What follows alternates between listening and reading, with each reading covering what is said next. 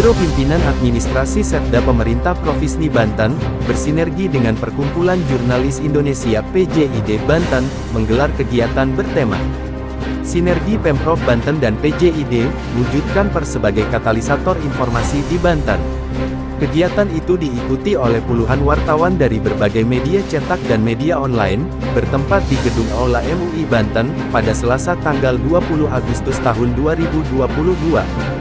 Hadir dalam acara itu antara lain, Kepala Biro Administrasi Pimpinan Setda Provinsi Banten, Beni Ismail, SSTP, MC, Kasubag Komunikasi dan Publikasi Biro Pimpinan Administrasi Setda Pemprov Banten, Kusma, dan Ketua PJID Banten, Der. Khairuzaman. Menurut Kepala Biro Pimpinan Administrasi Setda Pemprov Banten, Beni Ismail, pihaknya merasa terbantu dengan adanya penyebaran informasi tentang kegiatan pembangunan di Provinsi Banten, oleh media massa, baik cetak maupun media online. Beni menjelaskan, di era digital sekarang ini peran PERS sangat penting, terutama dalam menangkal berita-berita hoaks dan menyesatkan yang berseliweran melalui jejaring sosial. Penulisan berita itu harus berdasarkan fakta maupun peristiwa yang terjadi. Jangan menyebarkan informasi dan berita hoaks serta bisa menyesatkan publik pembaca, tandasnya. Sementara itu, Kasubag Komunikasi dan Publikasi Administrasi Pimpinan Setda Provinsi Banten, Kusma, mengungkapkan, pihaknya mengapresiasi dengan terbangunnya sinergi antara Setda Pemprov Banten dan Perkumpulan Jurnalis Indonesia Demokrasi PJID Banten. Diharapkan kemitraan ini bisa berkelanjutan terutama dalam menyebarkan berbagai informasi tentang kegiatan pembangunan di Provinsi Banten. Sementara itu, Praktisi Pres dan Komisioner Infocom MUI Provinsi Banten, Der. Khairuzaman, mengungkapkan, secara etimologis katalisator dapat diterjemahkan sebagai sesuatu yang bisa menyebabkan terjadinya perubahan dan menimbulkan kejadian baru atau mempercepat suatu proses peristiwa tertentu. Sebagai katalisator informasi diharapkan PERS dapat berperan menjadi agen of change, agen perubahan, di tengah-tengah masyarakat dan peradaban teknologi informasi yang semakin maju dan modern.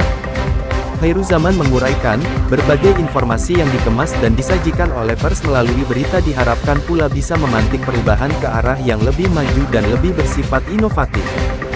PERS dapat pula berperan sebagai sarana untuk pembangunan dan pengembangan sosial masyarakat, memberikan pencerahan dan lautan ilmu pengetahuan kepada publik pembacanya. Bukan memberikan informasi yang dapat menyesatkan publik dan memicu konflik sosial di tengah-tengah masyarakat, tandasnya. Sebagai insan PERS, katanya lagi, dalam menjalankan tugas jurnalisme sejatinya kita harus berpedoman pada Undang-Undang Nomor 40 Tahun 1999 tentang PERS dan Kode Etik Jurnalistik KEJ, sebagai rambu-rambunya para wartawan dalam menjalankan tugas jurnalistik sehari-hari. Dengan demikian diharapkan PERS dapat menjaga profesionalisme dan martabat PERS itu sendiri. Sebagai implementasi dari Kode Etik Jurnalistik KEJ, maka PERS harus selalu menyajikan pemberitaan yang proper both side, berimbang, dan tidak boleh menyudutkan pihak tertentu, sehingga akan merugikan pihak lain. Apabila hal ini dilanggar, maka sudah termasuk milik PERS dan pelanggaran KEJ. PERS juga wajib melaksanakan hak jawab terhadap sesuatu pemberitaan. Hak jawab itu dalam rangka memulihkan nama baik privasi pihak tertentu atau guna meluruskan sesuatu pemberitaan yang dinilai dapat merugikan pihak lain.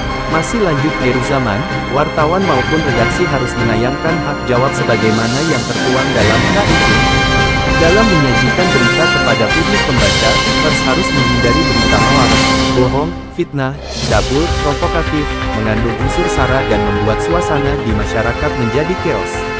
PERS juga dilarang menyiarkan off the record. Wartawan juga mempunyai hak tolak, di mana wartawan harus menolak untuk memberitakan keterangan yang memang harus dirahasiakan. Hak tolak ini guna memberikan perlindungan terhadap sumber berita yang identitasnya tidak mau disebutkan. Hak tolak itu harus dilaksanakan kendati berada di hadapan hukum seperti di kepolisian maupun di media hijau sekalipun, kilahnya.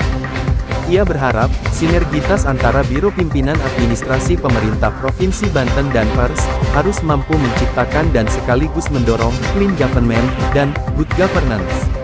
Karena itu, PERS harus berfungsi sebagai watchdog, anjing penjaga demokrasi dan kedaulatan rakyat.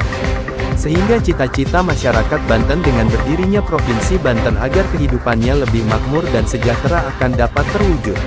Rikal Sirait mengabarkan dari Tangerang, Banten.